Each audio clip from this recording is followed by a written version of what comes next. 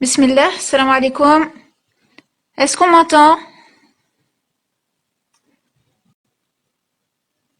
Est-ce qu'on peut me dire... Donc moi je maîtrise pas du tout les directs sur Instagram, hein. Je débute sur Insta, j'étais plus sur Facebook. Donc du coup, si on peut me dire si on m'entend.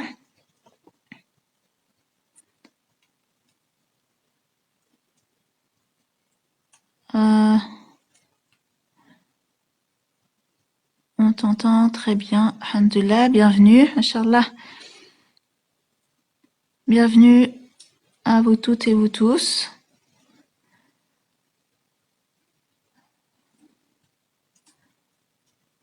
Inch'Allah khir ya Rab.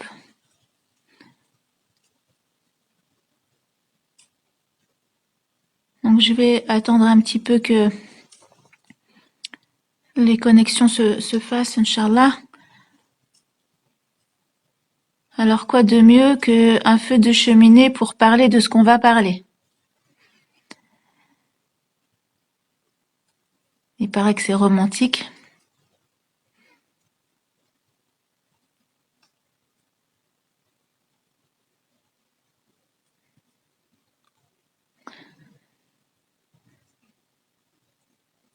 Alors moi je sais pas partager, on me demande, envoyer une demande.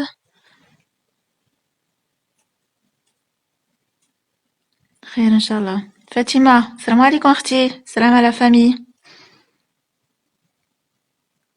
Salam alaikum Insaf. Salam alaikum Karima.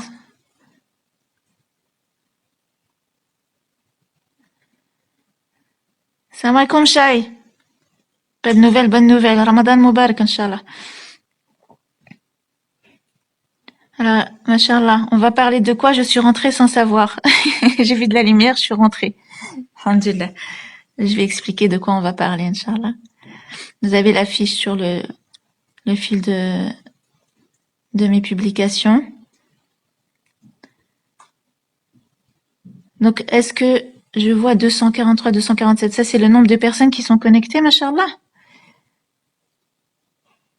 Comment je maîtrise pas Insta?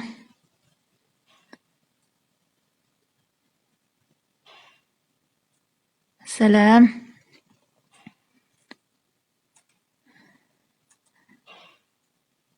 Voilà, mettez-vous auprès du feu, Inch'Allah.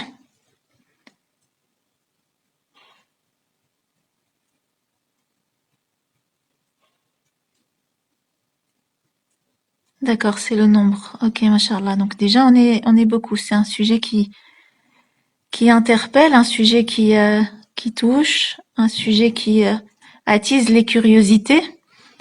Et donc forcément, les personnes se connectent, subhanallah. Salam alaikum Latouf. Bienvenue, mashallah.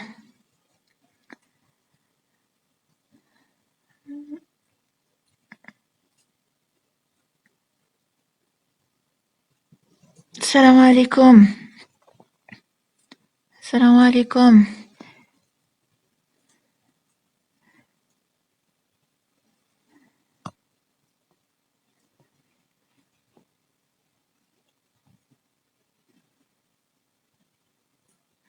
Ah, Mskina Nathalie, elle a créé Insta juste pour pouvoir assister. Subhanallah. Mashallah. J'ai pas commencé en fait, hein. Donc, alhamdulillah. Alhamdulillah. J'ai commencé un peu en retard parce que je trouvais pas le bouton en direct. Khir, Inch'Allah.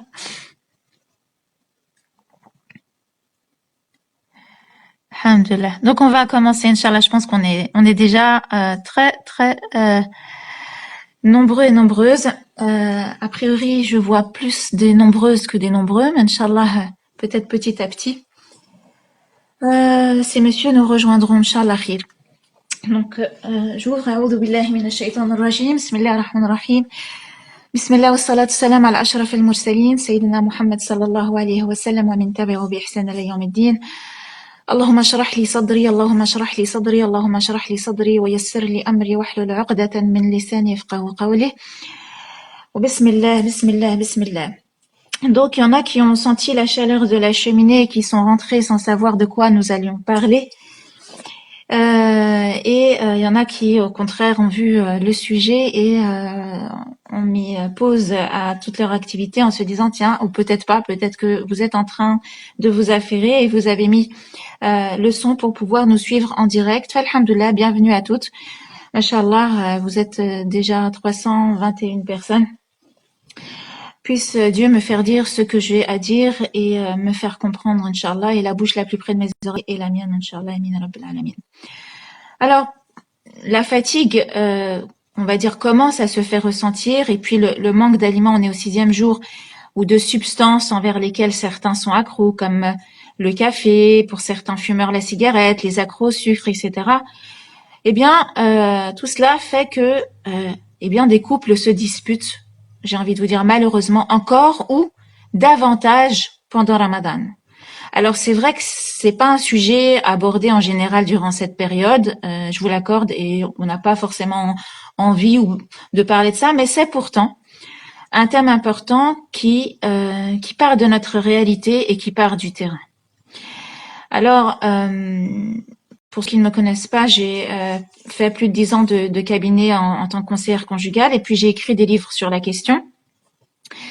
Et quand j'ai écrit ces bouquins, ma première motivation, c'était celle d'une jeune mariée à l'époque qui, après avoir acheté des livres sur le mariage, était un peu tombée des nues en se disant que finalement, c'est bien beau tout ça sur les pages, mais qu'en est-il de la réalité? Ça se passe pas du tout comme sur les livres, comme dans les livres. Donc, je me suis dit, il faut peut-être faire le processus inverse, c'est-à-dire partir de notre réalité et construire notre idéal. En l'occurrence, la majorité des livres qui existaient à l'époque, maintenant bien sûr ça a évolué, mais qui existaient à l'époque, en tout cas dans nos librairies musulmanes, c'était plutôt des livres qui partaient de notre idéal entre les droits et les devoirs de chacun. Mais il n'y avait pas, déjà, ça ne parlait pas ça parlait beaucoup de théorie et très peu de la pratique au quotidien. Et finalement, on tombait des nues et on tombait dans la réalité en se disant mais moi je suis trop loin de ce qui est écrit et comment ça se fait, il y a forcément un problème qui tourne par rond. Il y a quelque chose qui tourne par rond. Donc pareil pour Ramadan. Ramadan, c'est un mois qu'on veut vivre tellement idéalement. C'est un mois que l'on veut vivre. On veut que ça soit le mois du répit, le mois de la spiritualité plus. C'est aussi le mois au sujet duquel le prophète sallallahu alayhi wa sallam nous a parlé, paix et bénédiction de Dieu sur lui, nous a parlé de la maîtrise de soi et de la maîtrise de la colère en nous disant si quelqu'un vous moleste, si quelqu'un veut vous provoquer, réponds-lui, je suis en état de jeûne. Sous-entendu, le jeûne est censé nous aider à ne pas nous mettre en colère ou sous-entendu aussi peut-être que le jeûne peut me mettre dans un état où je ne pourrai pas me contrôler et ma colère dépassera mes paroles. Et je pense que le lien entre le jeûne et la colère n'a pas été fait par hasard par le prophète sallallahu alayhi wa sallam.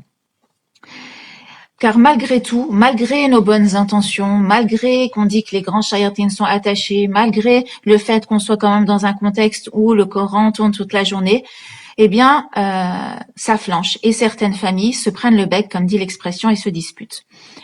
Alors, donc comment y remédier? Comment s'en protéger?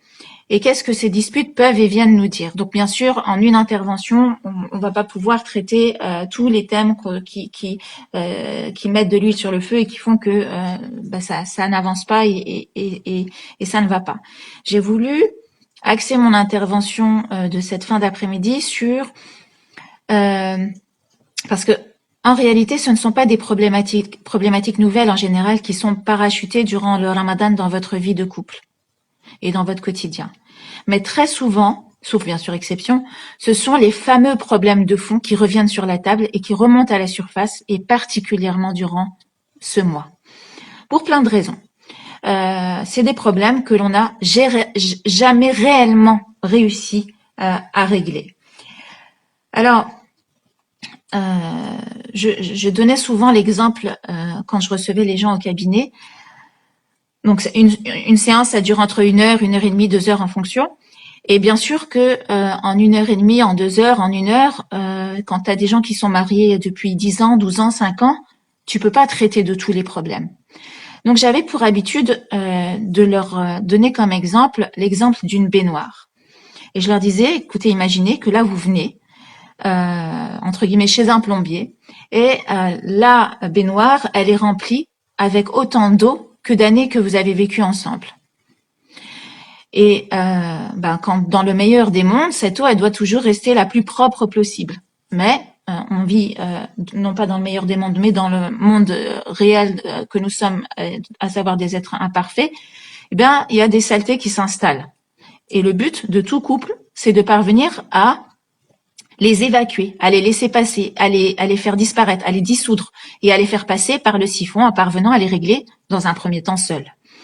Mais quand les problèmes donc se règlent, les saletés s'évacuent toutes seules, mais c'est en fonction de la grosseur de ces problèmes. Et ça peut prendre plus ou moins de temps. Mais il arrive aussi, et c'est souvent donc le cas, la majorité des personnes qui venaient me voir, c'est parce que eh bien les problèmes étaient tellement gros ou ils s'étaient tellement accumulés que finalement c'était les situations leur semblaient être bouchées et les problèmes flottaient à la surface et tout ce qui était au fond remontait.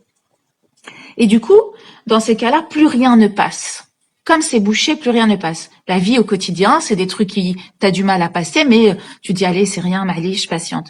Mais quand il y a des gros trucs qui sont pas passés, les petits détails, les petits tracas du quotidien, on devient tatillon parce que on n'a pas réussi à évacuer toutes ces choses. On ne voit que le verre, et à ce moment-là, donc, on finit par ne voir que le verre à moitié vide et on ne voit plus les efforts qui sont fournis par l'autre. Donc, en plus du réservoir alimentaire qui peut être vide, qui tout au long de la journée vous fait vous sentir en manque et fatigué nerveusement pendant Ramadan, les nuits étant courtes, vous êtes pour certains davantage ce qu'on appelle à fleur de peau. En tout cas, je remarquais qu'au fur et à mesure de l'avancée de Ramadan, je recevais plus d'appels, des disputes liées à la fatigue, donc augmentées. Et donc, comme il convient plutôt de prévenir, plutôt que de guérir, je me suis dit, autant en parler dès les premiers jours de Ramadan, Inch'Allah. Plutôt que de jouer les pompiers, on va éviter les feux de forêt tout de suite. D'autant que nous sommes dans une période qui a mis nos nerfs à dure épreuve ces derniers temps, faut l'admettre. Pour certains des problèmes financiers, des problèmes professionnels, des problèmes de santé. Donc tout cela va venir s'ajouter à la réalité donc de fatigue liée à Ramadan et aux problèmes de couple existants et qu'on n'a pas forcément réglés. Et donc autre chose à prendre en compte en plus de tout ce que je viens de dire, c'est ce qu'on appelle la fatigue émotionnelle. Et j'ai voulu vous parler de votre réservoir émotionnel. Un réservoir émotionnel, un réservoir d'amour, si vous préférez. Le réservoir d'amour, il en est où? Mon réservoir d'amour, j'en suis où? Est-ce que je me sens être à sec ou pas? Est-ce que je le sens rempli? Je précise que les conseils que je vais donner par rapport au réservoir émotionnel et par rapport au langage d'amour de son partenaire, c'est aussi valable entre parents et enfants, et dans la fratrie, et dans toutes les relations dans lesquelles il est question d'amour. Donc même dans la fraternité, subhanallah. Donc en réalité, ce rappel, il peut parler autant aux personnes qui sont en couple qu'aux personnes qui vont l'être et qui veulent avoir donc des outils, mais aussi aux personnes qui sont célibataires, aux personnes qui, aux mamans célibataires, aux papas célibataires. Ça parle à toutes les personnes qui sont en interaction où il est question entre nous d'un lien d'amour. Alors, donc je parlais de ce fameux réservoir émotionnel, un réservoir qui n'est peut-être lui aussi pas nourri comme vous l'espérez, et ce depuis trop longtemps. Donc ta faim du ventre et ta faim du cœur, si tu veux. Eh ben ça fait beaucoup pour certains, et il y en a qui craquent. Trop de vide, trop de manque, et il n'y a pas au moment de l'iftar, on remplit pas mon cœur, on remplit peut-être mon ventre, mais mon cœur il reste vide, non assouvi, avec des incompréhensions, des non-dits, et un sentiment de ne pas parler la même langue, si vous voulez. Alors, j'arrive pas à lire, excusez-moi, en même temps que je parle, donc Ce que je ferai, c'est que après je relirai les questions et j'essaierai d'y répondre dans la mesure du temps dont on disposera et de mes capacités, Inch'Allah. Donc, pour alimenter ce fameux réservoir du cœur, ce fameux réservoir émotionnel, il existe plusieurs façons. Et on parle c'est pour ça que j'avais intitulé donc l'intervention de cet après-midi avec ce titre-là. On parle des langages d'amour. Et donc, ces langages d'amour sont à connaître parce qu'ils diffèrent selon les individus. Langage qui ne veut pas forcément dire les mots, mais sa façon à soi de dire et de montrer à l'autre combien on l'aime. Par exemple, j'ai souvent entendu des sœurs me dire, moi, mon père, il ne m'a jamais dit textuellement qu'il m'aimait ou très rarement, mais il avait ou ma mère, hein, j'ai eu bien sûr les deux cas de figure existent, mais il avait ou elle avait sa façon à lui ou à elle de montrer combien il ou elle nous aimait. Et sa façon à lui, par exemple, mon père, j'ai eu des témoignages comme ça qui disaient, c'était qu'on ne manque de rien, qu'on soit à l'abri. Il nous a aidés dans nos études, il nous a aidés dans notre permis. Bref, sa façon à lui d'exprimer son langage de l'amour, à lui, c'était l'expression dans les actes. Donc, soyons clairs, nous n'avons pas forcément les mêmes besoins pour nous sentir aimés de l'autre et des autres. Donc, par exemple, cette sœur qui me disait, moi, mon père, il me l'a pas exprimé verbalement, mais elle a su interpréter les actes de son père comme étant des actes d'amour. Et finalement, soit sur les tard ou tout de suite, ça l'a rassasié et ça convenait à son réservoir émotionnel. Elle savait recevoir ces actes comme des actes d'amour. Elle parvenait à les recevoir comme étant des signes d'amour de son papa. Mais on verra que dans les langages de l'amour, il y a par exemple ceux qui ont besoin du langage des mots. Et du coup, ne pas s'être entendu dire ces mots, c'est parfois partir avec un réservoir en manque, en deçà de ce que j'aurais eu besoin. Donc, on n'a pas forcément les mêmes besoins pour nous sentir aimés de l'autre et des autres. Et il arrive aussi que souvent, on donne à l'autre ce que l'on pense qu'il a besoin de recevoir, alors qu'en réalité, c'est nous qui avons besoin de ça en particulier.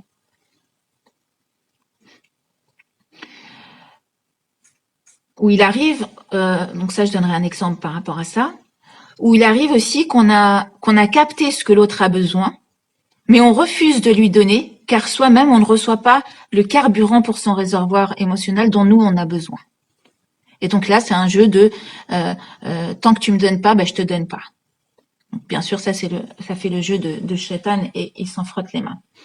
Ou c'est pourquoi on n'a pas forcément les mêmes besoins et pourquoi on n'arrive pas forcément à le dire, ou c'est parce que on s'exprime de cette façon, c'est aussi peut-être parce que c'est le seul langage que l'on connaisse, le seul langage que l'on ait reçu, le sien, celui qu'on a toujours utilisé ou celui qu'on a soi-même reçu.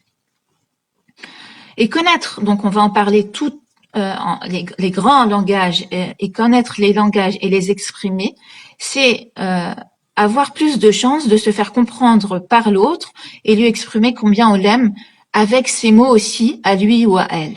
Les mots, quand j'entends les mots, c'est aussi ce que nos actes veulent dire. Alors, pour dire communiquer sur et l'importance de communiquer sur, je donnais cet exemple à l'époque au cabinet que histoire vraie, c'est un couple dont la fille a grandi et qui a maintenant emménagé chez elle. Et elle est contente, donc, dans son nouveau chez elle, d'inviter ses parents. Donc, elle va leur préparer ce qu'ils aiment particulièrement manger et ce qu'elle avait l'habitude de manger chez eux pour leur dire, regardez, moi aussi, je vais vous faire ce que vous me faisiez. Alors, elle leur a fait un tagine au poulet avec zitoun et tout. Je vais vous donner faim, là.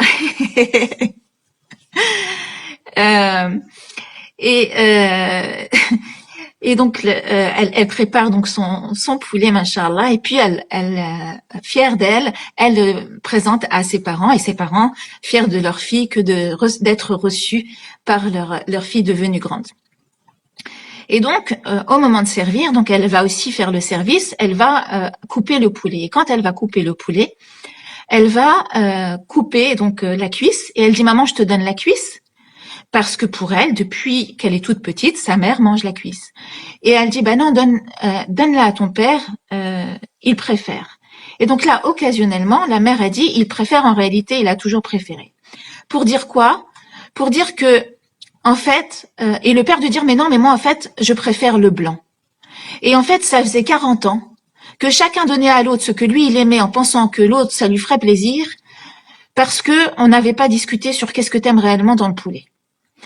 Et cette histoire, je la raconte pour dire que si on n'a pas discuté sur le blanc ou sur la cuisse d'un poulet et qu'on donne à l'autre ce qu'on pense qu'il aime, eh ben on n'aura pas discuté sur des sujets beaucoup plus importants et fondamentaux. Bien sûr, un poulet, c'est pas ce qu'il y a de plus important. Et donc, je raconte cette histoire pour dire que l'être humain a cette, j'allais dire fâcheuse, mais c'est naturelle tendance à donner à l'autre ce qu'il pense avoir besoin et ce qu'il pense aimer. Des fois en lui donnant ce que toi tu aimes pour lui faire plaisir, mais c'est pas ce qu'il est préférable de faire. Et ce qu'il est préférable de faire, c'est on me dit qu'on n'entend rien. J'entends rien, c'est normal. C'est bizarre. On n'entend pas? Alors d'habitude sur Zoom, on me répond en me disant si on entend, mais là, non, c'est pas normal. Donc on entend. Alors je vais mettre fort, je sais pas. Khair, Inch'Allah. On entend, ok, parfait. Donc la ilaha illallah Muhammad Rasulullah sallallahu alayhi wa sallam. Donc voilà, je donnais cet exemple sur le fait d'apprendre à communiquer sur ses besoins, et le but va donc d'apprendre à communiquer sur son réservoir d'amour et sur expliquer à l'autre les ingrédients qui vont le remplir, parce qu'on va voir que des fois l'autre a beau donner des ingrédients, mais ça ne remplit pas mon réservoir. C'est comme si c'est pas le bon carburant pour me faire avancer. C'est pas de ce carburant-là dont j'ai besoin pour me sentir être aimé. Et donc, et on va donc parler de cette communication et apprendre donc à dire et à parler de ce réservoir, non pas sous la forme des reproches. Car là, vous n'obtiendrez rien de bon, soyez-en sûrs, et je suis sûre que vous l'avez déjà expérimenté dans votre quotidien. Ce qui va donc être de mise plutôt, c'est d'apprendre à vous exprimer en parlant à la première personne et en parlant de ses besoins pour se sentir aimé. Alors, pour faciliter le job, vous avez le titre du livre des 5 langages de l'amour de Chapman, que je vous invite à acheter et à lire, qui vous aidera à pouvoir mettre des mots sur ses besoins, les 5 langages de l'amour. Et j'ai voulu, en cette fin d'après-midi, vous en parler, et pour ceux qui connaissent déjà, rappeler l'importance de ces langages, parce qu'on a tendance à les oublier, et chasser le naturel, il revient très très vite au galop, la fatigue n'aidant pas. Alors, l'auteur parle de 5 besoins. Alors oui, quand je vais vous les citer, vous allez me dire, mais moi, en vrai, j'ai besoin de ces 5 choses, ça serait top de pouvoir les recevoir. Alors, je vous l'accorde, ça c'est sûr. Mais on n'oublie pas que la isha illa isha al-akhira. On est sur terre, on n'est pas encore au paradis, et que, alhamdoulilah, on peut recevoir des plaisirs, mais tous nos désirs ne peuvent pas être assouvis. Ça, c'est au paradis. Et donc, ces 5 façons d'exprimer son amour font toutes plaisir, mais certaines façons vont, en fonction de qui l'on est, en fonction de son histoire, en fonction de notre vécu, en fonction du carburant dont on a besoin, vont nous faire plus plaisir et vont nous nourrir davantage. Donc les autres, je ne dis pas que ça va pas remplir le réservoir, mais pas autant que si j'avais donné la nourriture la plus nourrissante pour moi à l'autre, pour l'autre, pardon. Donc, quand on se marie avec quelqu'un, ou même avec ses enfants, parce qu'on a fait l'exercice avec nos enfants et on a compris, et c'est important de savoir que le langage de l'amour de son fils ou de sa fille est différent. Donc, ce que tu peux donner à ta fille, c'est pas forcément ce qu'a besoin de recevoir ton fils et vice-versa. Et c'est important que l'enfant connaisse, toi, ton langage de l'amour. Et donc c'est pareil quand on se marie avec quelqu'un et quand on se met en couple avec quelqu'un, c'est important de connaître parmi les 5 moyens d'expression d'amour, je vais les citer, quelle est l'expression, celle qui pour toi est essentielle et indispensable. Celle qui, on te la donne pas, lorsqu'on te l'offre pas, lorsqu'elle n'est pas offerte par l'autre dans sa communication et dans le concret, dans les faits, eh bien tu ne te sens pas aimé. Alors quelles sont ces 5 grandes façons que les humains utilisent depuis la nuit des temps pour dire et montrer à l'autre ses sentiments et son attachement? Donc il n'y a pas d'ordre, hein. Chacun doit pouvoir choisir dans cette liste et je vous invite donc à la recopier pour qu'après on en discute et que vous puissiez me dire si vous avez des questions sur ces 5 grands besoins, 5 grandes nourritures pour nos cœurs. Donc comme je vous ai dit, c'est pas dans l'ordre, mais je suis obligée de dire la première. Donc les paroles valorisantes. Les moments, donc deuxièmement, donc premièrement, les paroles valorisantes. Deuxièmement, les moments de qualité. Troisième nourriture, les cadeaux pour les cœurs. Quatrième nourriture, les services rendus. Cinquième nourriture, le toucher physique. Et comme je vous ai dit, il n'y a pas d'ordre et c'est en fonction et je vais les détailler, de chacun et chacune. Donc, pour exemple, et pour vous montrer comment on est différent.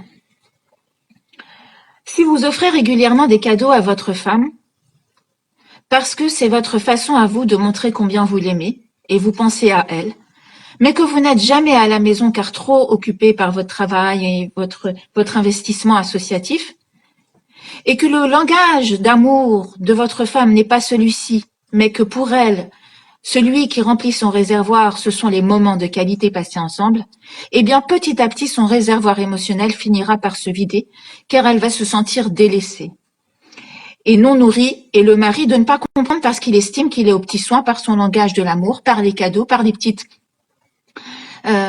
surprises de temps en temps. Mais elle, ce qu'elle souhaite, c'est des choses très simples, des moments très simples, partagés ensemble, on va en parler. Et du coup, chacun ne remplit pas le réservoir de l'autre comme en fonction de ses réels besoins.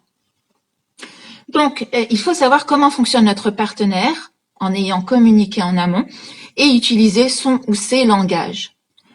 Donc, on peut être 2 personnes qui s'aiment et on peut avoir un langage qu'on a toujours eu l'habitude d'utiliser, mais finalement, l'autre, c'est pas comme ça qu'il comprend qu'on lui dit qu'on l'aime. C'est comme si on parle une autre langue.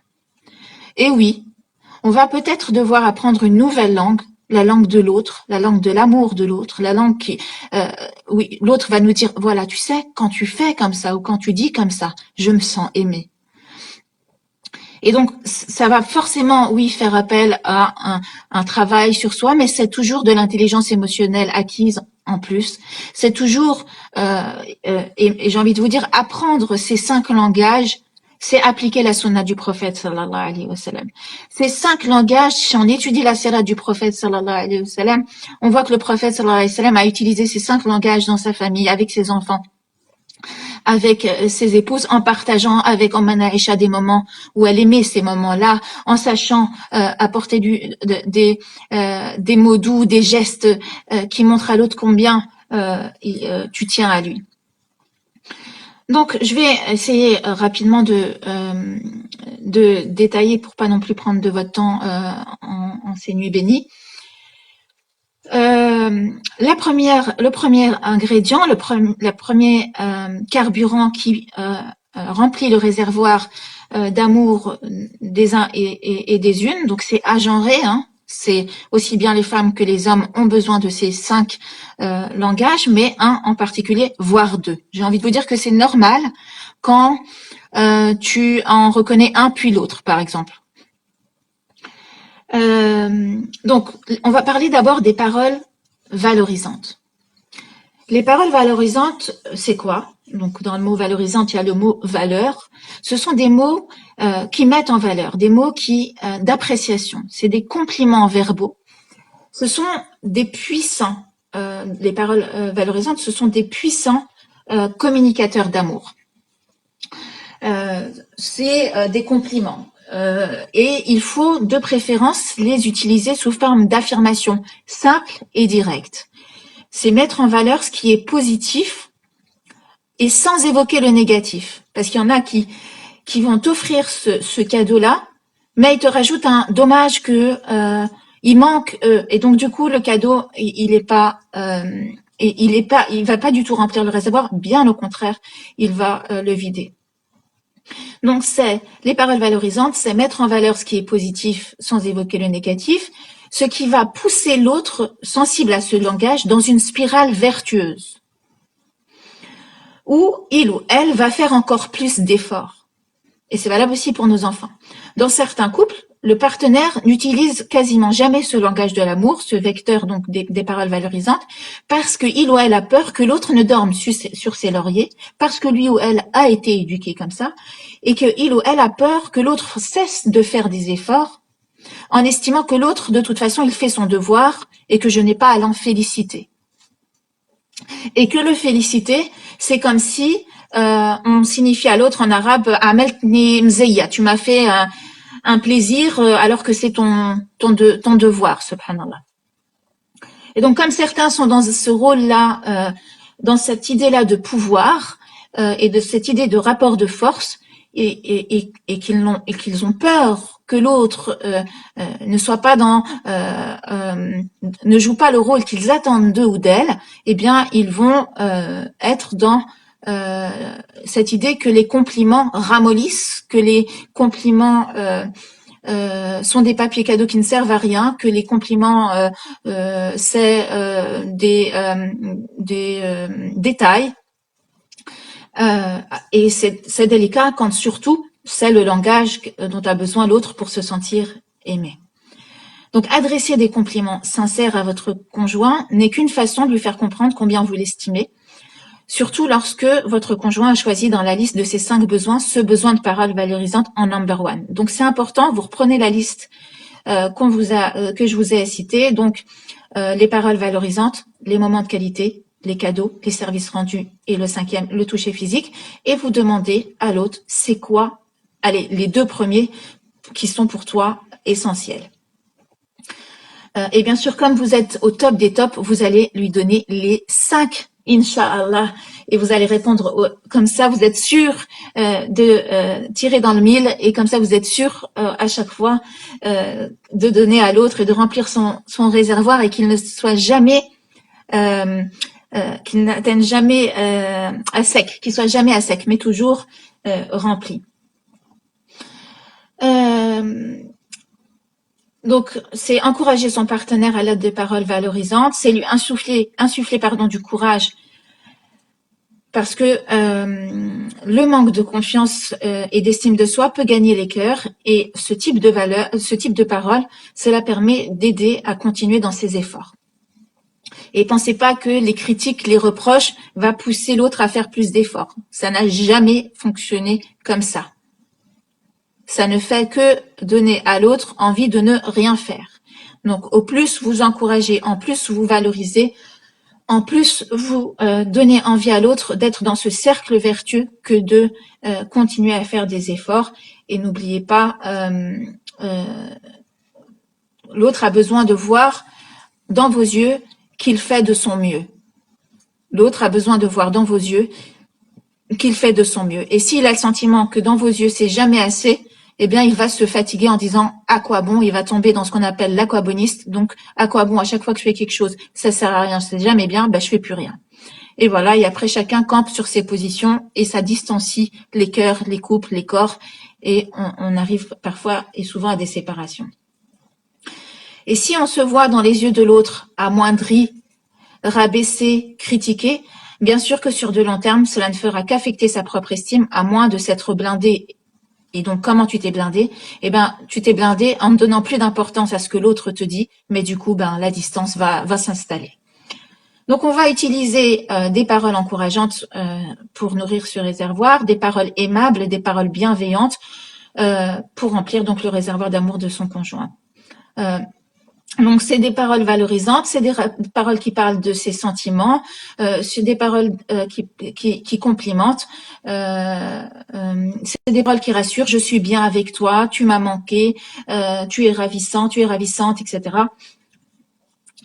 Euh, alors peut-être que ravissant, ça fait un peu vieille France. Il y en a qui vont dire t'es beau gosse, t'es belle gosse.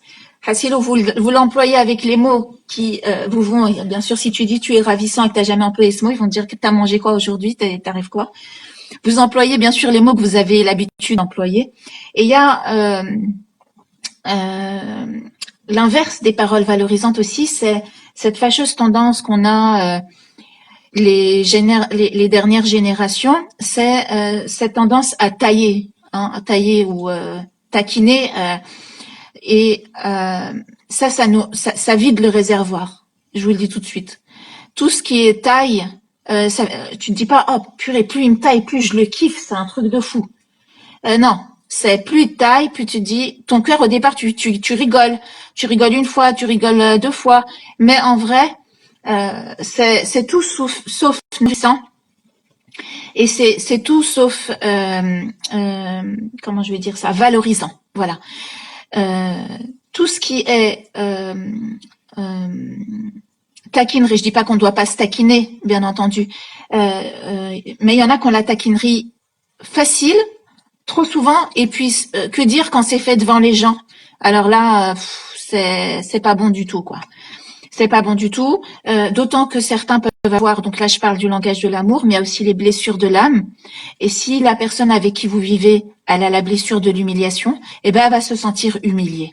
Donc pour rappel, les 5 blessures de l'âme, c'est la trahison. Donc c'est pareil, c'est comme les langages, tu as une blessure qui te touche plus.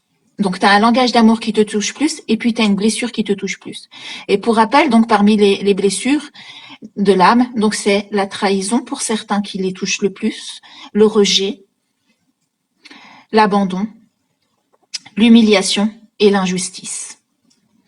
Et donc, tu en as une qui te fait plus mal. Et donc, celle qui a, par exemple, la blessure du rejet et la blessure de l'humiliation, bah, les tailles et les taquineries, ça la blesse. Donc, et si sont, en plus, comment elle remplit son réservoir d'amour, c'est le langage valorisant, eh bien, elle se sent dévalorisée à tes yeux et devant les gens et amoindrie et non estimée, où on raconte des anecdotes sur son conjoint.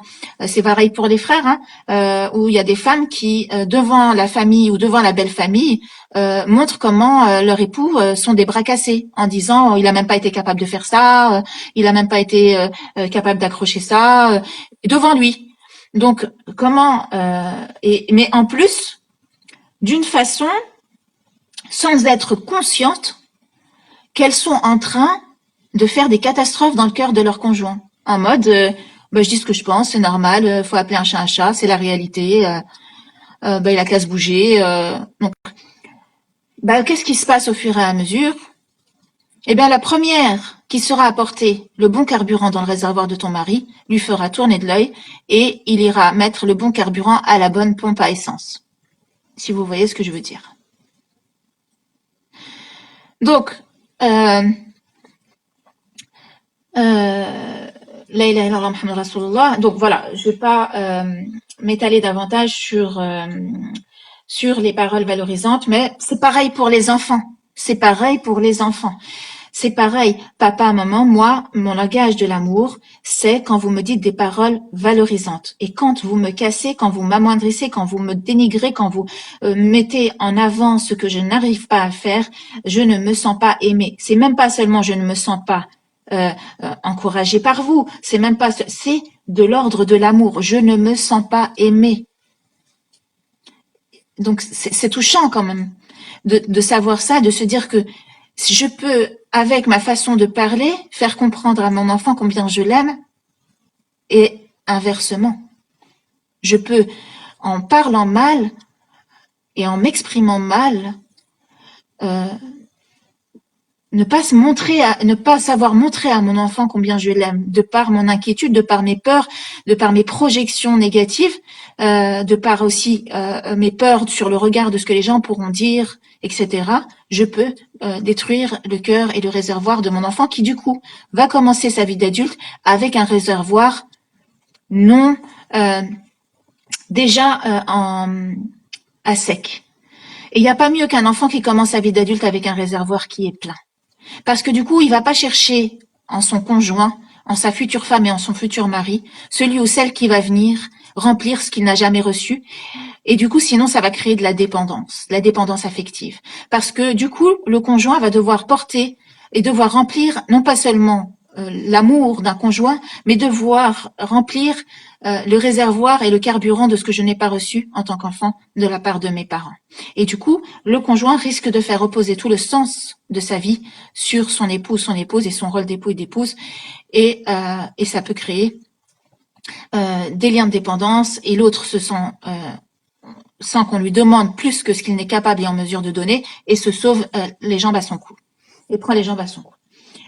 Deuxième langage, et je m'aperçois qu'il est déjà presque 19h et je dois accélérer, parce que oui, effectivement, c'est des sujets...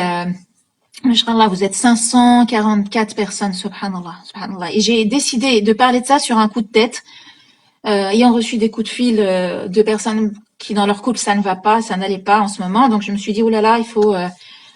parce que d'habitude, je fais ce rappel-là à partir du 15 Ramadan pour dire attention, la fatigue commence. Mais là, je vois que finalement, on a bien fait de prévenir avant de guérir, Inch'Allah. Donc, le deuxième langage, le deuxième carburant qui permet de remplir les réservoirs de son conjoint, c'est... donc, il n'y a pas d'ordre, hein, n'oubliez pas. C'est ton choix personnel. C'est les moments de qualité. Et donc, c'est des personnes qui vont te dire, moi, les compliments, les phrases de temps en temps comme ça, j'aime bien, mais ce que je préfère, c'est les moments de qualité. C'est les moments plus que les mots, en fait. C'est à quoi bon une belle maison, une voiture pour sortir et d'autres avantages si on n'en profite pas ensemble. Donc voilà ce que peut ressentir la personne pour qui ce langage des bons moments et des moments de qualité prime. Les moments de qualité, ce sont des bons moments passés ensemble, c'est du temps de qualité et c'est du temps de complicité, c'est des temps de partage, c'est des temps d'échange, c'est des temps d'écoute, c'est des temps de rire, c'est des temps d'activité en commun, c'est des temps de randonnée, c'est des temps de marche, c'est des temps d'échange sur des sujets profonds, c'est des temps d'échange sur qu'est-ce qui est important pour toi dans la vie, c'est des temps d'échange sur c'est quoi tes rêves, et si on essayait de s'entraider pour que je t'aide à réaliser tes rêves et que tu aides à réaliser les miens. C'est des temps sur donc si par exemple l'enfant te dit moi maman ou papa, ma façon de me sentir aimée de toi, c'est les moments qu'on passe ensemble. Ah oui, mais en fait, on passe pas de moments ensemble. Parce que quand je rentre, tu dors. Quand tu me demandes de jouer, je suis occupée. Quand c'est toujours après, on verra plus tard. J'ai pas fini la vaisselle, j'ai pas fini ça. Nanana. Et même quand on passe des moments ensemble, c'est pas des moments de qualité. C'est des moments où tu vas me reprendre sur ce que je viens de dire. Tu vas corriger mes fautes d'orthographe. Tu vas vouloir être dans l'apprentissage, devras apprendre, mais pas. Ça sera pas des échanges.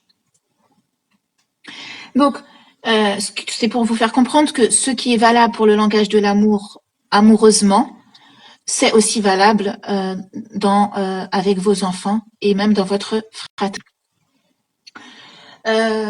Donc, ce sont des moments où on accorde à notre partenaire ou à notre enfant une attention totale. Une attention totale. Ce n'est pas s'asseoir à côté de lui ou d'elle pour regarder la télé ou être scotché sur son téléphone, parce que maintenant c'est plus ça, être scotché sur son téléphone portable ou sur sa tablette. Parce que là, vous n'êtes pas avec l'autre, vous êtes seul, vous êtes en mode meuble posé dans le salon, vous n'êtes pas vivant pour elle ou pour lui, vous êtes vivant virtuellement pour les autres.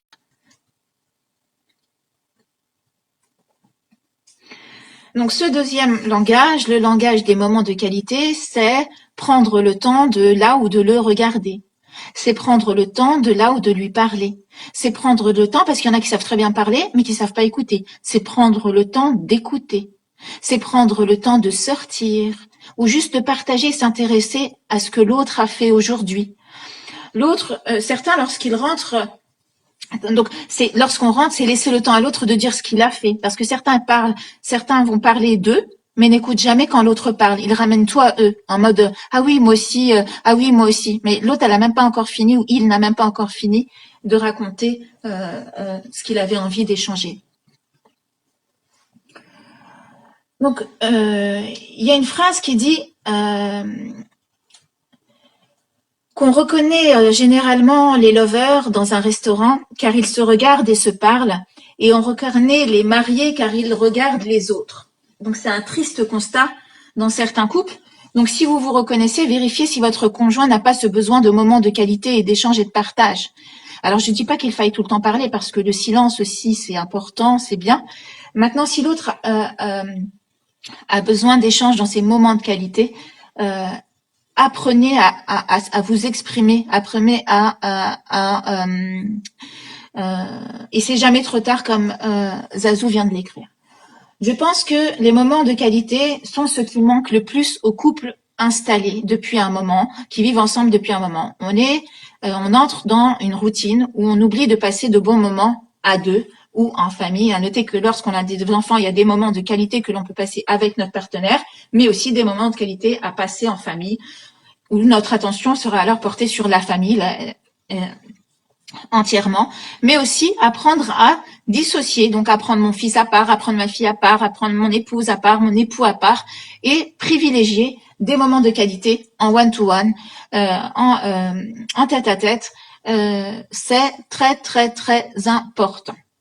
Donc le deuxième, vous avez compris, donc on a fait le premier langage pour remplir le premier carburant, c'était des paroles valorisantes. Le deuxième carburant, ce sont des moments de complicité et de qualité. Le troisième carburant, ce sont des cadeaux. Non, les cadeaux. Donc il y en a pour qui les cadeaux font partie intégrante de leurs besoins pour se sentir aimé de l'autre. Ce sont pour eux des symboles visibles de l'amour. Et c'est comme nous l'a enseigné le prophète sallallahu alayhi wa sallam, offrez-vous des cadeaux et vous vous aimerez. Les cadeaux peuvent être achetés ou trouvés ou confectionnés de nos mains, et la valeur du cadeau pour ces personnes-là, ça dépend lesquelles bien sûr, n'a aucune importance. Mais pour ces personnes, c'est tous les jours une marque d'attention. Une petite fleur, laissez-la. Un petit mot, laissez-la.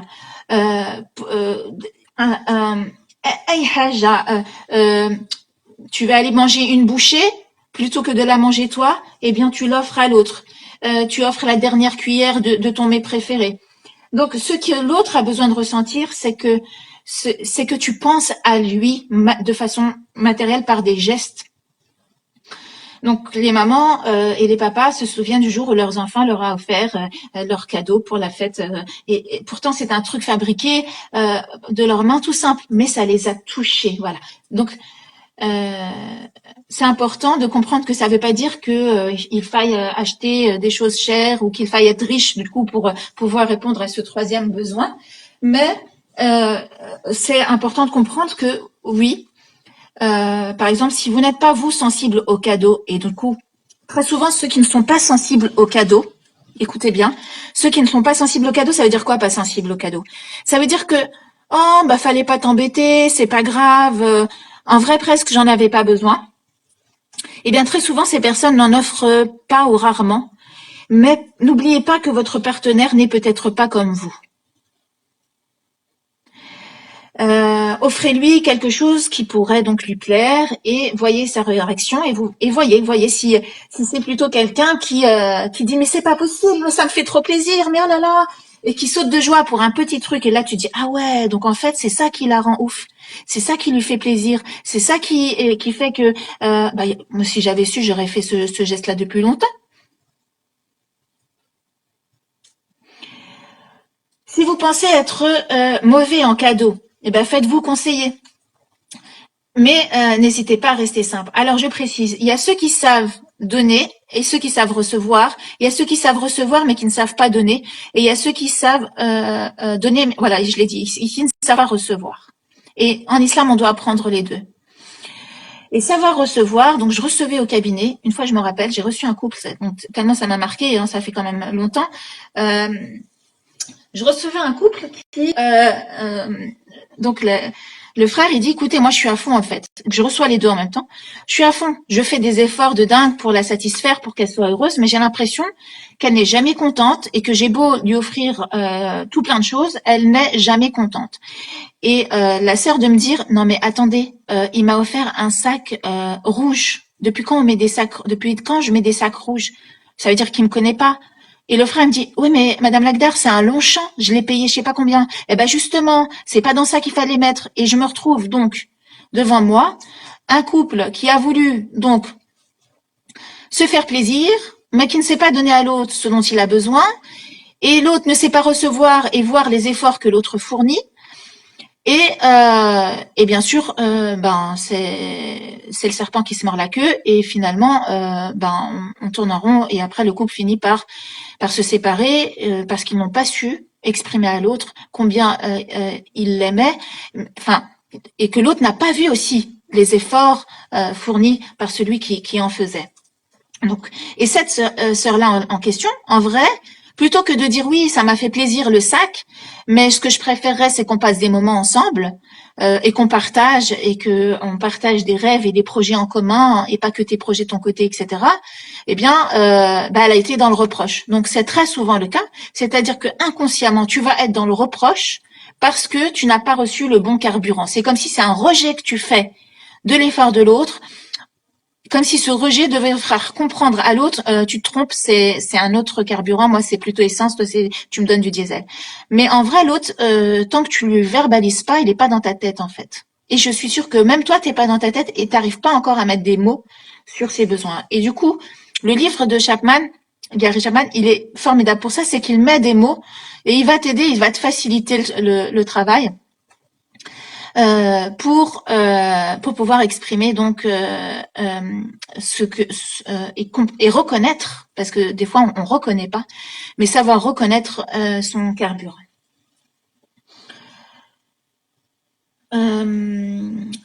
Oui, et ce qui plaît donc à ces personnes-là qui reçoivent un cadeau, c'est la personnalisation du cadeau. C'est le fait que l'autre a su m'entendre une fois dire que j'aime ça. Une fois, j'ai dit ah j'aimerais bien ça. Et puis une semaine après, tu lui fais la surprise parce que tu as entendu lui dire ça ou elle dire ça. Donc je rappelle que les besoins sont agenrés et que c'est valable aussi bien pour les sœurs que pour les frères, les hommes et les femmes. Donc voilà, c'est des cadeaux personnalisés. Ça, c'est important de le dire. C'est des cadeaux qui soulignent le fait que, tu sais, je connais tes goûts. C'est un livre d'un auteur que la personne aime particulièrement. C'est une couleur que je sais que tu apprécies, etc. Et donc, maintenant, il y en a qui vont te dire, moi, ces cadeaux, ça me fait plaisir parce que les 5 langages de l'amour me font plaisir et ça ferait plaisir à n'importe qui, à moins avoir un cœur insensible.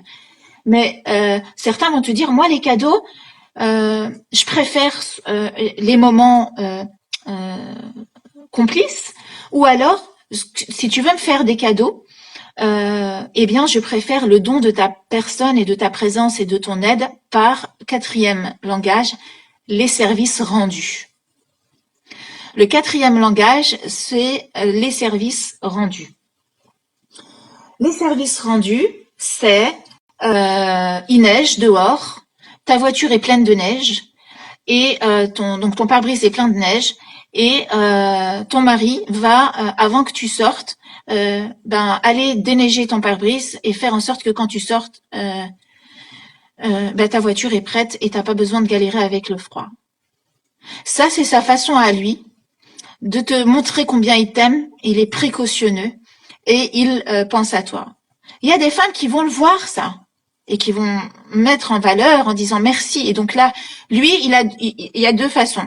Soit il a besoin que tu répondes de la même façon, à savoir par des services rendus pour lui aussi, soit il a besoin de paroles valorisantes très souvent et de marques de reconnaissance au sujet des efforts qu'il fournit à ton égard.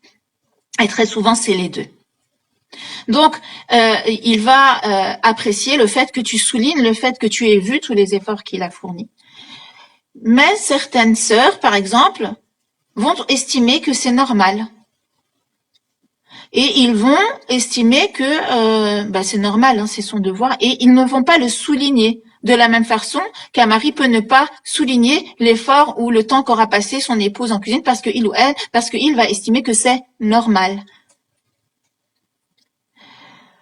Et donc ça, bien sûr, ça fait pas partie du comportement spirituel dont attend de nous le prophète sallallahu alayhi wa sallam. Et on ne peut pas être dans le hamd réel et remercier Allah si on ne remercie pas les gens. Il y a un rapport horizontal et vertical indissociable.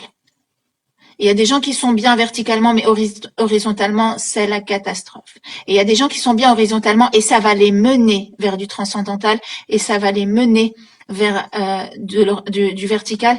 Et c'est d'ailleurs ce que dit le prophète sallallahu alayhi wa sallam quand il dit les meilleurs, ceux qui avaient le meilleur des comportements avant l'islam resteront et seront les meilleurs après leur entrée dans l'islam.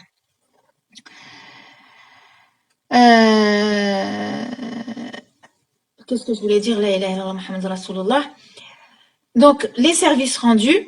Donc, plutôt que de dire descends la poubelle, ça fait 3 jours que je te demande de descendre la poubelle, donc et de présenter la poubelle comme une contrainte, parce que j'ai cru voir ça à un moment donné, et du coup l'autre ça le saoule, il va pas le faire. Mais faire comprendre que la meilleure façon de me rendre heureuse et de m'exprimer mon amour, c'est les services rendus, et de lister les services rendus pour que la personne elle comprenne c'est quoi. Eh ben c'est pas, c'est sans que je te le demande que tu prennes l'initiative de vider la poubelle, parce que des fois certaines tâches sont ingrates ingrates et il y avait un autre mot que je voulais dire. Bref, c'est pas grave, vous avez compris. Et du coup, l'autre ne va pas faire le lien entre l'amour et descendre les poubelles, en fait. C'est pour lui, il y a un monde.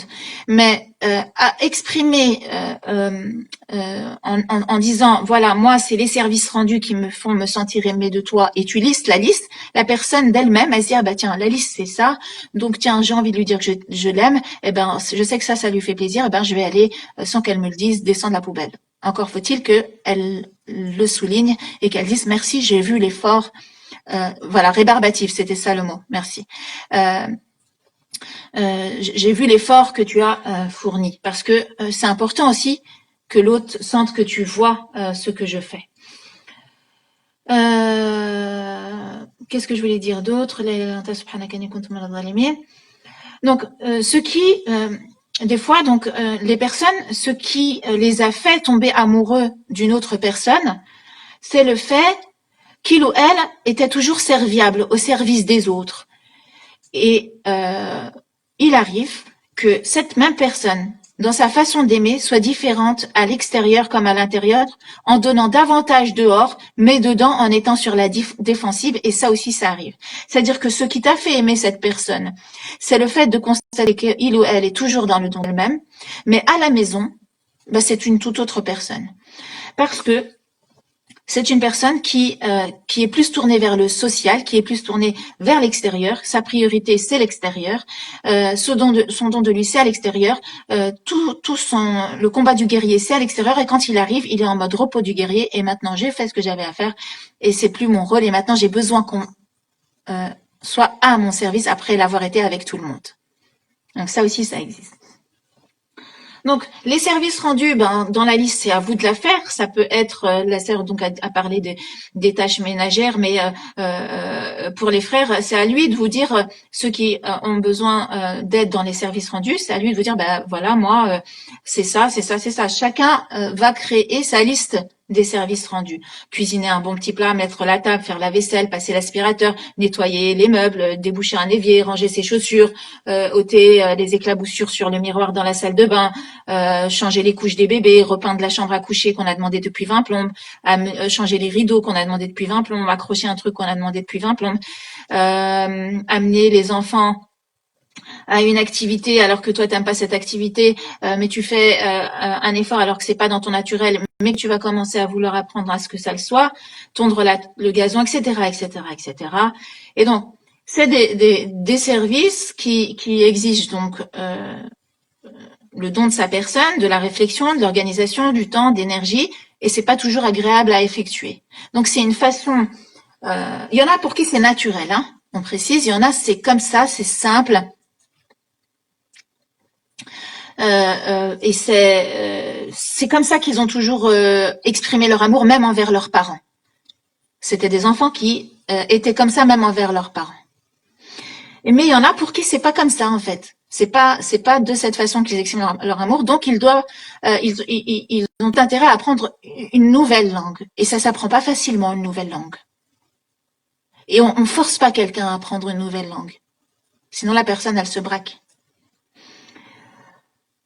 Et aussi, ce qu'on remarque, c'est on peut rendre beaucoup de services au début de la relation, mais au bout d'un moment, avec les années, les services deviennent de moins en moins présents. Peut-être parce qu'on n'a pas mis suffisamment l'autre en valeur quand il les rendait, ces services, et c'est très souvent pour ça, ou aussi parce qu'on s'installe dans une routine où on n'a plus le sentiment d'avoir besoin de remplir ce réservoir-là. C'est pour ça que je disais, chasser le naturel, euh, il, euh, re- euh, il revient au galop.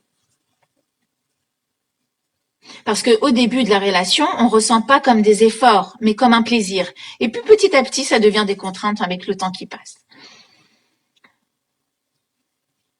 Et on entend des phrases comme il n'était pas comme ça au début de la relation, c'est bizarre, il ou elle a changé. Et enfin, le cinquième réservoir, c'est le côté toucher, le physique. Quand on aime quelqu'un, on va lui montrer donc aussi physiquement et de façon tactile combien on l'aime. Et on a des adultes qui ont souffert, ils avaient des parents qui exprimaient peut-être ou pas leurs sentiments. Très souvent, quand il n'y a pas de tactile, il y a peu d'expressions, mais ça peut arriver, des expressions sans tactile. Et vous avez donc des adultes qui disent, moi j'ai souffert du manque de tactile, du côté tactile de mes parents, de ma mère comme de mon père, du fait que c'était très froid. Et du coup, je ne me suis pas sentie aimée. Pourtant, les parents, sûrement, avaient leur façon à eux d'exprimer à leurs enfants combien ils les aimaient, mais elle, cette personne-là, ou cette sœur ou ce frère-là, son besoin, c'était le tactile, et bien, n'ayant pas reçu ce besoin, il a pu ressentir à un moment donné un manque émotionnel, un manque d'affection de la part de ses parents. Donc, le toucher. Donc, c'est pour ça que je vous dis que l'idéal, en réalité, pour être sûr de donner à l'autre, avant même qu'il ne s'exprime, avant même qu'il ait la possibilité de mettre des mots, peut-être que tous les enfants ne sont pas tout de suite en mesure et capables de mettre des mots, notamment en deçà des 5 ans. À partir de 5-6 ans, on peut commencer à parler avec leurs mots de tout cela. Eh bien, je vais lui donner tous ces langages-là. Je vais passer des moments de qualité, exclusif, personnalisé, je vais lui donner des cadeaux personnalisés, je vais l'encourager et je vais le toucher. Et je vais lui rendre des services, je vais l'aider, je vais pas lui faire sentir que il est une charge pour moi, parce qu'il y a des parents qui ont fait sentir à leurs enfants qu'il a été ou qu'il a une charge pour eux. Et du coup, c'est des adultes aussi qui vont faire sentir à l'épouse qu'elle est une charge pour eux, par exemple, et qu'ils étaient bien tranquilles avant. Et vice versa. Hein. Au jour d'aujourd'hui, il y a aussi des sœurs qui font sentir ça à leur mari. Qu'est-ce que je voulais dire d'autre? La ilaha illallah Muhammad Rasulullah sallallahu alayhi wa sallam. Donc le toucher. Le toucher, c'est un moyen de communication du sentiment d'amour très très très très puissant. On est dans le non-verbal, mais tout peut être dit par une main posée sur une épaule, une main posée sur une main, et puis le sourire hein, aussi, le sourire bien sûr.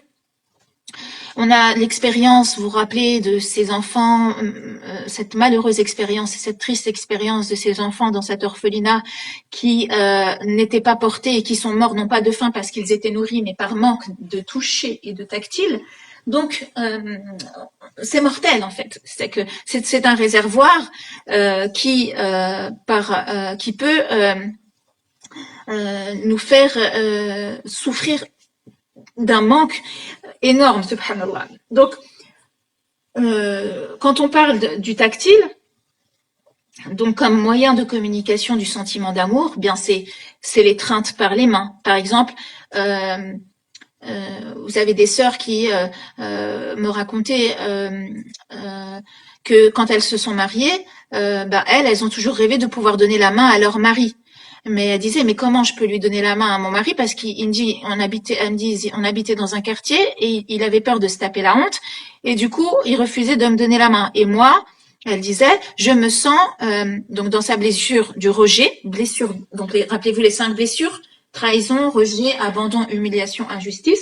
Elle, dans la blessure du rejet, quand elle lui tendait la main et que lui refusait, en disant Hchouma, elle, blessure du rejet, et ça pouvait commencer par une embrouille, juste parce qu'on est parti sortir marcher et que parce que j'ai refusé de te donner la main, tu ne t'es pas senti aimé. Donc le tactile, pour certains, c'est vraiment un moyen de remplir le réservoir. Donc ça peut être l'étreinte des mains, mais c'est aussi les baisers, les enlacements, bien sûr l'intimité. Et certains, pour qui l'intimité c'est très important parce que c'est un moyen pour eux de se sentir désirés et que si l'autre te fait sentir que moi je m'en passe très bien et que finalement j'en ai pas besoin, bah, l'autre se dit bah, je ne suis pas aimé. Et que l'autre est dans l'autosuffisance, donc à quoi je sers, et toujours blessure du rejet et blessure de sentiment d'abandon. Donc, comprenons que le toucher peut être pour certaines personnes le langage de l'amour qu'elles comprennent le mieux. Et donc, comme je vous l'ai dit, ça peut être deux langages, par exemple, moment de qualité et le toucher. Ça peut être service rendu et le toucher. Ça peut être service rendu et moment de qualité. Ça peut être, d'accord. En général, on en a deux grandes sources d'approvisionnement de nos réservoirs. Donc voilà, il y a des personnes qui sont plus tactiles, câlines que d'autres, mais celles qui ne le sont pas, si vous êtes marié avec quelqu'un dont c'est le besoin pour se sentir aimé, essayez de faire des efforts sûrs. Donc ça s'apprend. Le côté tactile, ça s'apprend. Ça s'apprend. Alors des fois, j'avais des témoignages où l'autre était un peu comme un robot, où quand il voulait mettre sa main sur le corps de l'autre, c'était brut. Mais tout ça s'apprend. Ça s'apprend par le biais du massage. Donc vous pouvez, et donc il y en a, ceux qui sont patatiques vont dire je déteste les massages. Mais donc bien sûr c'est petit à petit. Petit à petit, petit à petit. Petit à petit, essayez déjà de masser les mains, par exemple, d'apprendre petit à petit à appréhender son corps et appréhender le corps de l'autre, parce qu'il y a des fois un sentiment d'intrusion, un sentiment, le mot c'est ça, c'est un sentiment intrusif. Et donc, alors que l'autre t'appelle et a besoin, et toi, t'as juste une envie, c'est qu'on ne te touche pas et qu'on te laisse tranquille. Et du coup, là, eh ben, les deux corps vont devoir s'apprivoiser et apprendre aussi à nourrir les besoins de l'autre. Donc, si vous exprimez votre amour à travers de bons petits plats cuisinés avec amour et avec de nombreux cadeaux, mais que votre partenaire a besoin de contact physique, eh ben, il ne se sentira pas aimé. Et pourtant, toi, tu sais que tu auras passé 15 heures dans ta cuisine pour lui préparer ce bon petit plat qu'il aime. Mais c'est pas son premier besoin. C'est pas le premier besoin qui le rassasie dans son cœur. Tu remplis son ventre. Certes, il y a des vases communicants entre le cœur et le ventre, je vous l'accorde, mais c'est pas suffisant pour lui en tout cas. Donc, pour qui sont sensibles au toucher, par exemple, il se peut que pour eux, c'est plus fort pour eux le contact physique que la parole comme je t'aime, etc. La personne elle va te dire bah prouve-le en fait, prouve-le, soit par des actes, soit par du contact physique. Donc c'est quelqu'un qui va avoir besoin que de s'asseoir à côté de toi, proche dans le canapé, qui va avoir besoin de sentir ton corps ton corps à côté du sien, qui va avoir besoin dans le lit d'être collé à toi, qui va avoir besoin de te toucher dans la voiture quand tu conduis, qui va avoir besoin et donc du coup, si l'autre n'est pas tactile et qu'à chaque fois il ou elle le ou la repousse, et bien, au fur et à mesure, ça entache le sentiment d'amour et ça éloigne les cœurs. Il faut le savoir, les corps et les cœurs.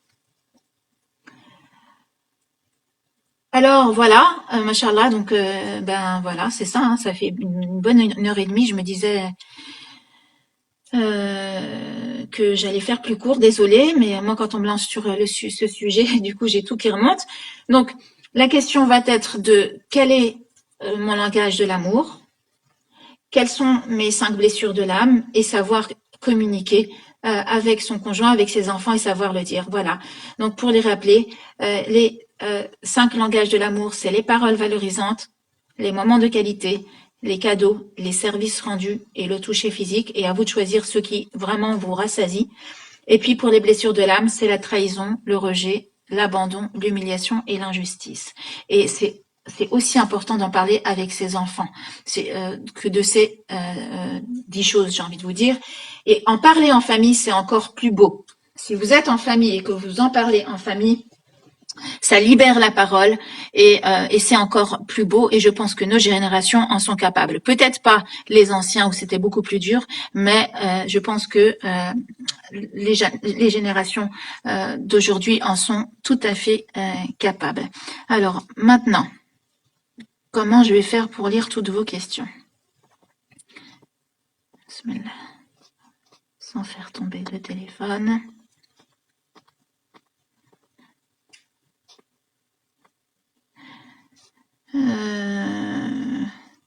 Écoutez, ce que je vous propose plutôt,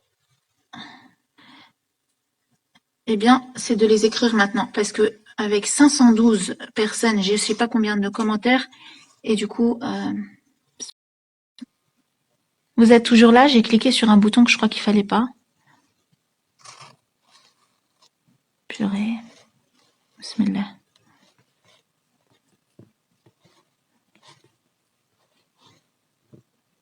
Comment je peux lire toutes vos questions? Bismillah.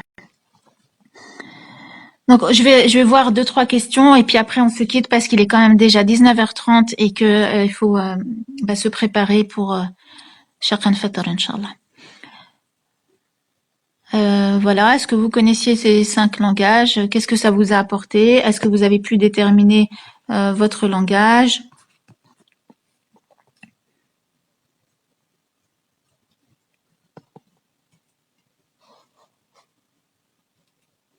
Comment ça se fait que je vois plus rien?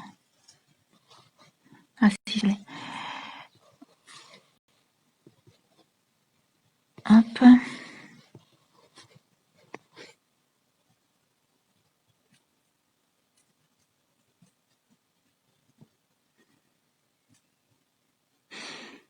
Donc mon partenaire ne sait même pas ce que c'est l'amour. Comment l'aider à ce qu'il sache ce que c'est?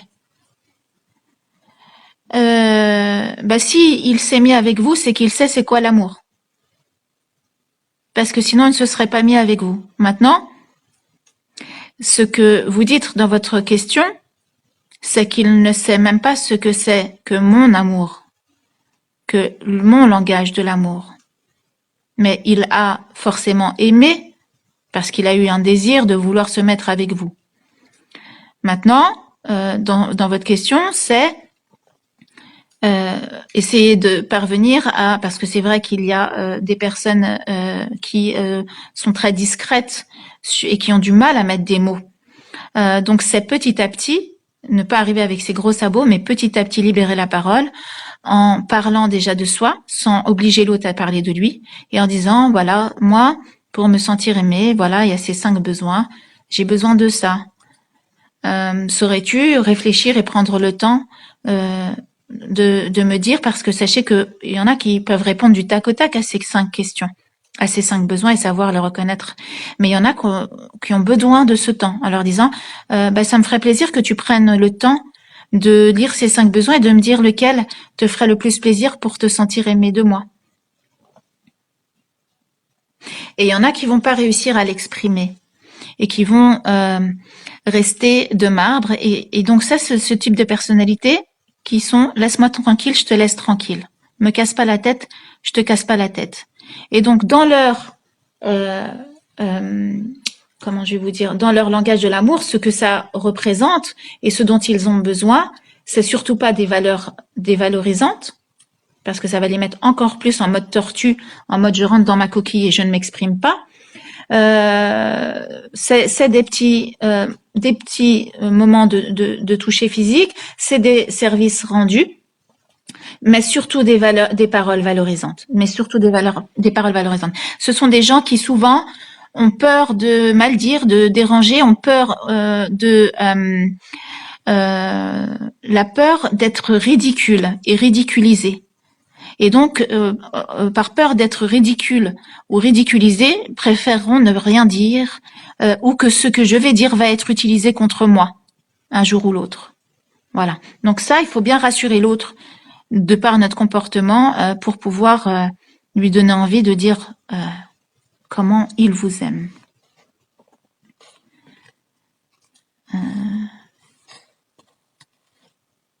Soumeya, Soussou, j'ai vu que tu étais là. Est-ce que tu as vu des questions? J'ai vu, machallah, qu'à chaque fois tu résumais, Allah yibarak. Oh là là, je sais pas bien regarder. Alors, peut-on détailler les blessures de l'âme? Ça, c'est vraiment une intervention qu'on peut faire à part parce que c'est un sujet très très grand. Alors, le live sera-t-il en replay? Bah écoutez, si j'arrive à le quitter sans faire trop de bêtises et appuyer sur les bons boutons pour ne pas l'effacer, bah j'espère. On va faire beaucoup de doigts. Donc, on m'a dit que normalement, quand je clique, Instagram va me proposer enregistrer le replay. Donc, normalement, vous trouverez, il sera disponible si je ne me trompe pas. Et j'espère, en tout cas.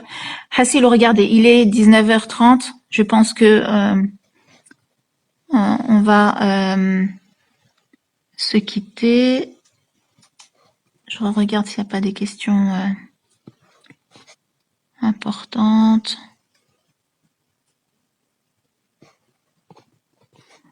Donc le langage de l'amour peut changer en fonction de nos âges, hein. Il peut évoluer. Donc comment agir lorsque le conjoint est tourné vers l'extérieur? Après donc je pourrais pas répondre à toutes vos questions. Alors déjà quand on a une personne qui est tournée plus vers l'extérieur, on a tout intérêt à lui donner envie de rester à l'intérieur. Mais s'il rentre à l'intérieur et qu'il a envie de prendre ses jambes à son cou, sauf qu'il peut, parce qu'il a à la maison une femme qui va lui rappeler tout ce qui s'est bien passé de la journée, qui va pas être avenante et accueillante comme peuvent l'être les femmes dehors, apprêtées, etc. Bah forcément, ça va pas aider. Mais ça va pas être la seule solution.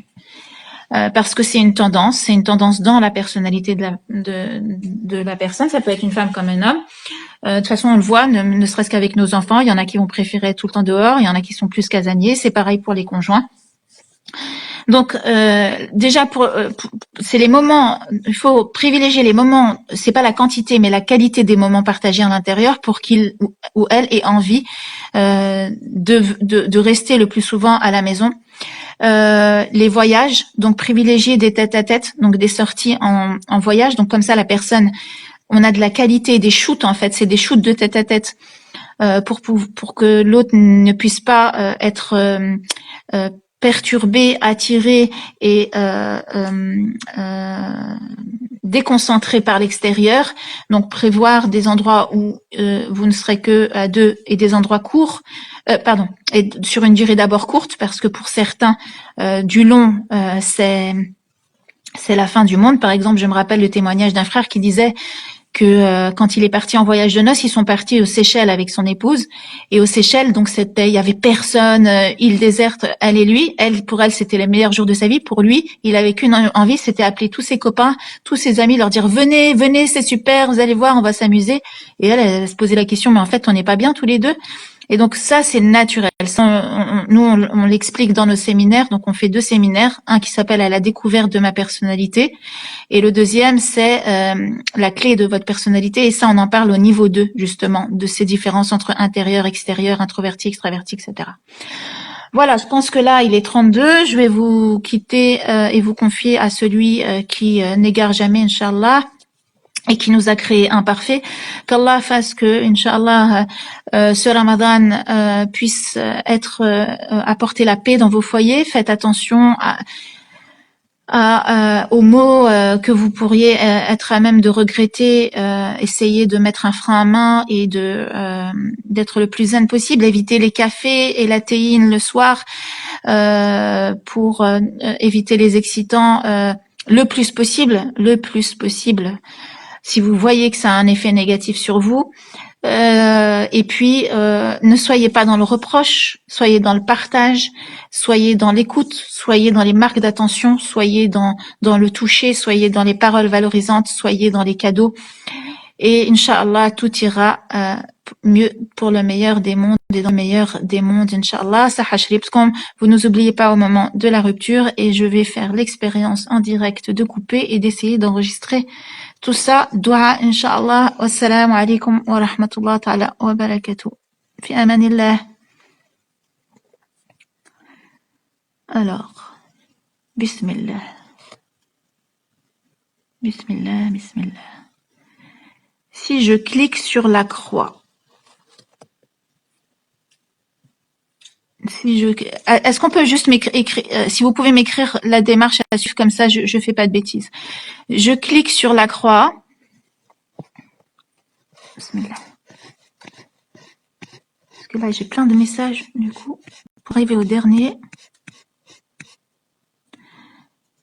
Donc, si je clique sur la croix, de quoi non?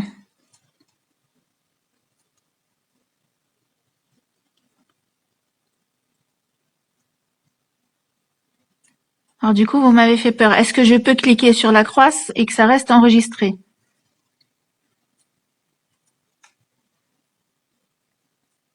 Tu quittes, ils vont te poser la question d'enregistrer. Cliquez sur la croix et coupe le live, ensuite enregistre le live.